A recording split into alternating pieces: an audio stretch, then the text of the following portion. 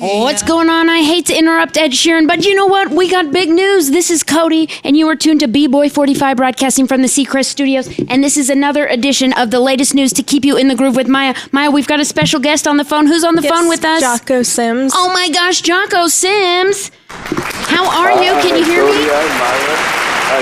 I can. How are you ladies doing? We are so good. Take it away, Maya. Okay, so first of all, I just want to tell you how excited I'm to be talking to you. I'm so starstruck right now. That's very sweet, but Maya, and I got to say that you are an inspiration, and I am equally as starstruck to talk to you. I wish you could see her. She's bright red right now. Yeah. I just wanted to say that, so New Amsterdam is one of my favorite shows, and in last week's episode, the scene where your character, Dr. Reynolds, called his patient's dad for her, that scene just made me cry. Was it an emotional scene to film? You know what? We have done now, let's see, 22 plus 7 episodes, 7, 8. No, I'm actually filming episode 10. There are so many emotional scenes, Maya. I can't. I mean, you watch the show. Seems like we need a box of Kleenex after every episode.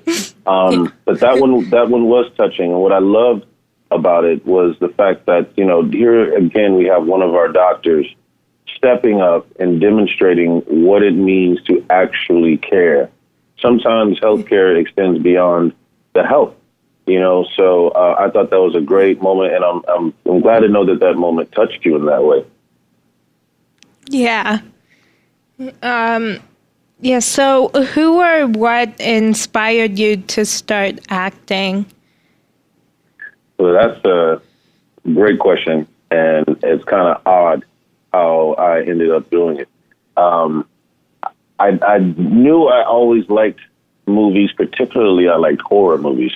Now, when I was in high school, I was really big into the Scream series, the original movies, and I just wanted to be in those movies. But I never pursued acting back then, not in high school. In fact, I wanted to be a doctor. I was so set on becoming a doctor that I even had a medical symbol put on my high school ring that you could customize.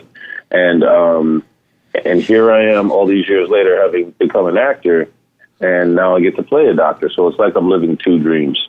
But I would say that watching those movies back in the day always kind of lit a little bit of a fire under me. Cool. So what's your favorite part about playing Dr. Floyd Reynolds in New Amsterdam? Well, number one, I get to pretend every week that I am a doctor and I know how to heal people. Tonight I even did another surgery, and it's so amazing because we have real doctors and nurses surrounding me in every scene. All those people that are there during those surgeries that have the masks on. My main person there with me is Dr. Jeff, and he's in general medicine. He's a surgeon there at Bellevue Hospital here in New York. And they're watching our every move to make sure that we look authentic, we're paying respect to the medical community, and that we are entertaining you to the best of our ability. So it's just, there's so many things. It's kind of even hard to answer that question, but this definitely is the best job I've had. Oh, cool. Cool. So are there any similarities between you and Dr. Reynolds? Well, sure. What I love about playing a television character on a series is that over a long period of time, you get to really know that character, and the writers get to start writing things for the character that have been inspired by who you really are. So before I got the role, Dr. Reynolds was written as a very passionate guy, passionate about his work. He's a hard worker, and he fights for the underdog. And that is how I would describe myself in a lot of ways. what the writers ended up adding more of in there is the comedy.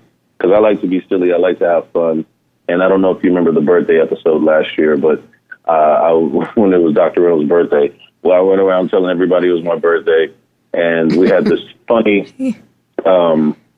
bit with this cell sorter machine that kept getting stuck around the hospital. And it was just a lot of fun. And then we ended it with karaoke and a lot of bad singing on my part.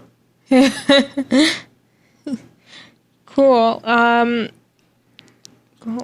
So you've guest starred and starred in so many TV shows and movies, like Castle, The Resident, Crash, The Last Ship, Jarhead, and Dawn of the Planet of the Apes. Have you had a favorite character that you've played or a favorite project? Yes, I would definitely say, outside of this being this current job that I have as Dr. Reynolds being my favorite job, my favorite character, and I would say maybe the most fun job I've ever had, was the role of Lieutenant Burke on The Last Ship. Now, if you haven't had a chance to see The Last Ship, it's great. I think you can catch up on Hulu. It is about this virus that starts to take over the world. It was man-made. And we have to keep this scientist on our ship, on our Navy ship, safe so that she can come up with the vaccine to save the world. And when the episode starts, we already see that billions of people have died. So it's like a apocalyptic show, post-apocalyptic show. And I got to run around and, be a hero and save the world every week. And not only that, we had the support of the United States Navy. They were huge fans of ours, so much so that they had our poster up at the Pentagon in Washington, D.C. So that was an honor. I got to meet the Secretary of the Navy, and I got to go aboard all of the Navy ships over the years that we filmed, and that was just a lot of fun. Wow. Wow. That's so cool. So you're an actor, writer, producer, a musician, and a music producer. I love your song Head Up from Crash. Is there one of these things that you like more than the other, or do you like them all equally? That's a great question. I go back and forth. Sometimes I love to write. It depends on what I'm inspired to do, or create as a producer, get with other writers and come up with an idea for a movie or a series, and you sit down with these people and you're bouncing ideas off each other. That's sort of being like a creative producer. That is very exhilarating for me. It's also exhilarating when, today on set, I got to meet Lucy Liu, who is one of my favorite people in the entertainment business. And she is going to be directing our next episode. So as an actor, gosh, I got to say the perks are tremendous at times. And I love making music, although I haven't done it in a long time. And I did enjoy making that song, Head Up. What was interesting about that, and boy, do you do your research, Maya. That's amazing that you went back 11 years and found the song that I did. And that was from the show Crash. And I remember the writers of that show, they called me like 3 weeks before we started to film this episode. And they said, hey, we have this song where you're going to rap on the show. And we can write it and it sound like a bunch of writers wrote the song, and non-musical writers, I should say, wrote the song, or it could come from you. And I said, oh, I've got it. Mind you, at the time, I had never written a song before, and I had never rapped before. So it was, and I didn't know that that's the direction my character was going to go. So I didn't even know that was coming. So that was such an amazing experience. I got to produce the song. I co-wrote it with my good friend, Miles Gregley, and I got to perform it on television. It was very exhilarating. So cool. So I also read that you love to cook. What got you into cooking? Well, I always make the joke that I went to the culinary school of YouTube. First of all, it's been kind of in my family for a while. I'm from Texas, and we love our food in Texas, all right? And my mom and my dad, they both cook. But I never just really picked it up until a couple of years ago, and I tried to make some fried mushrooms. And when I tell you, fried with some cheese in it, I had this vision that you would bite the cheese and it would come out all gooey and be good. And it was not that at all. And so I went somewhere on YouTube to find out how to do it. And I just followed the instructions, and it was great. It comes out great. I kind of like to add my own little spin to things, maybe a little more a certain type of seasoning because I like a lot of flavor. But I watched my videos online. I learned how to do it. And now it's gotten to a point to where I can come up with something and just put it together. And because I've been doing it so much now for the last couple of years. And the food's pretty, you can't taste it over the phone, but I can promise you, it's really, really good. I'm really happy about it. Maybe one day I'll do a YouTube channel myself with some cooking on it. I would love to do that. Yeah, you could teach some other people. That'd be great. Yeah. Yeah, that'd be a lot of fun. Yeah, so what is your favorite dish to make? That's a great one. I like gumbo. Have you had any gumbo before, Maya? Yes. Okay. Yeah, it's really good.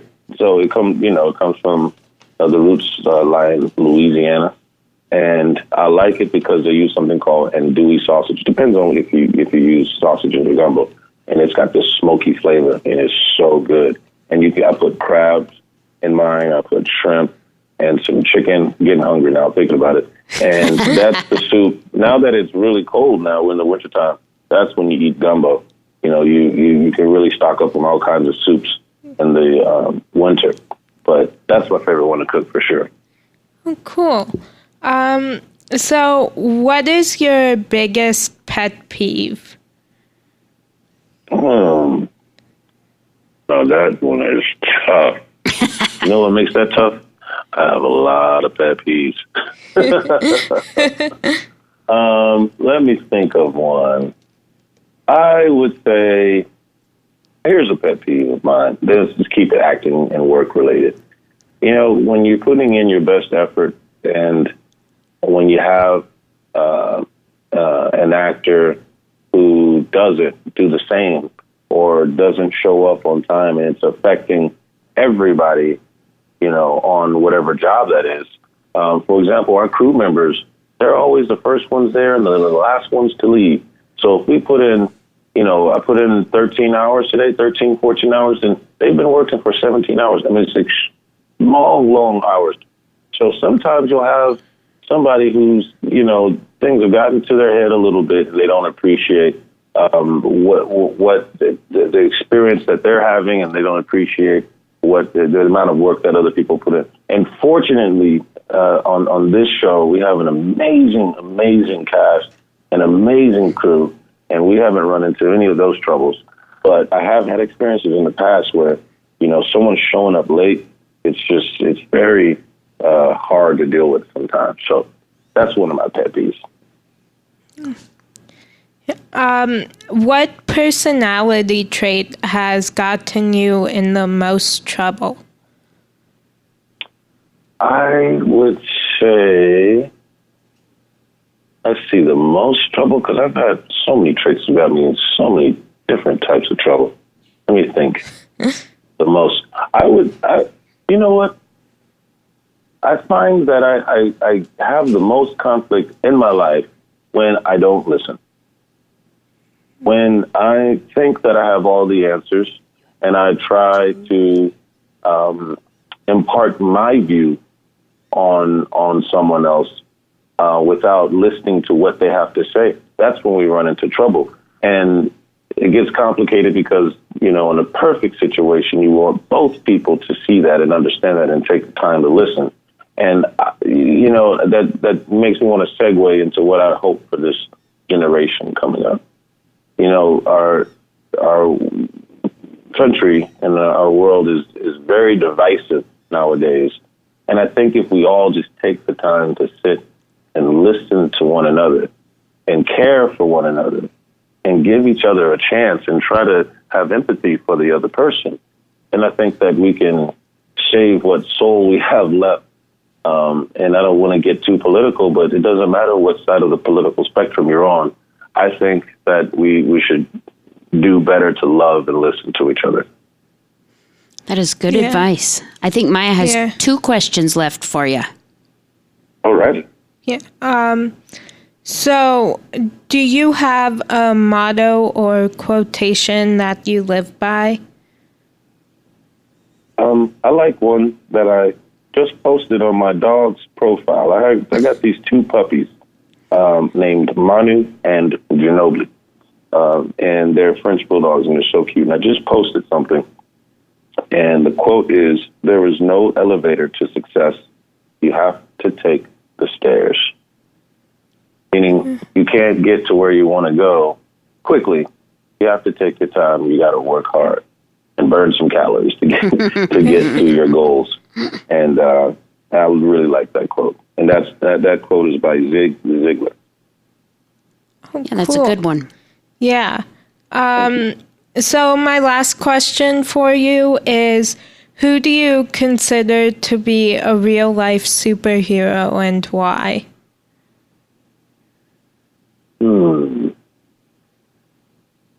These are tough questions. A real-life superhero.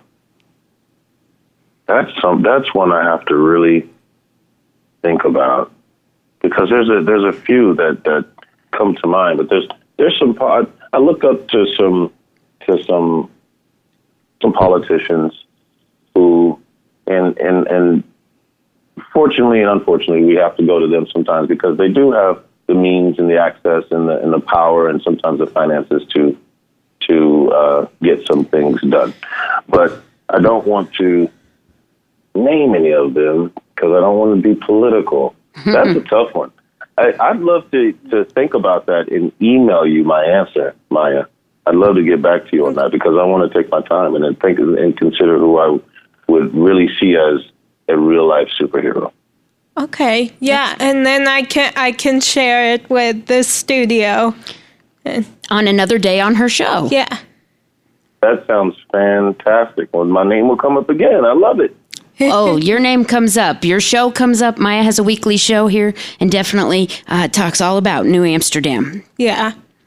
Well, I love it, Maya. And like I said, you are an inspiration. And keep doing what you're doing and keep inspiring all those wonderful children out there and people who aren't children, people like myself.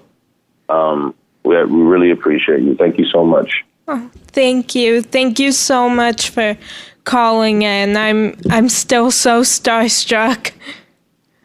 Oh, that's my pleasure. We'll talk again. All right. Okay. Thank you, Jocko. It was great to talk to you. Take care. Great talking to you too. Take care. Bye-bye.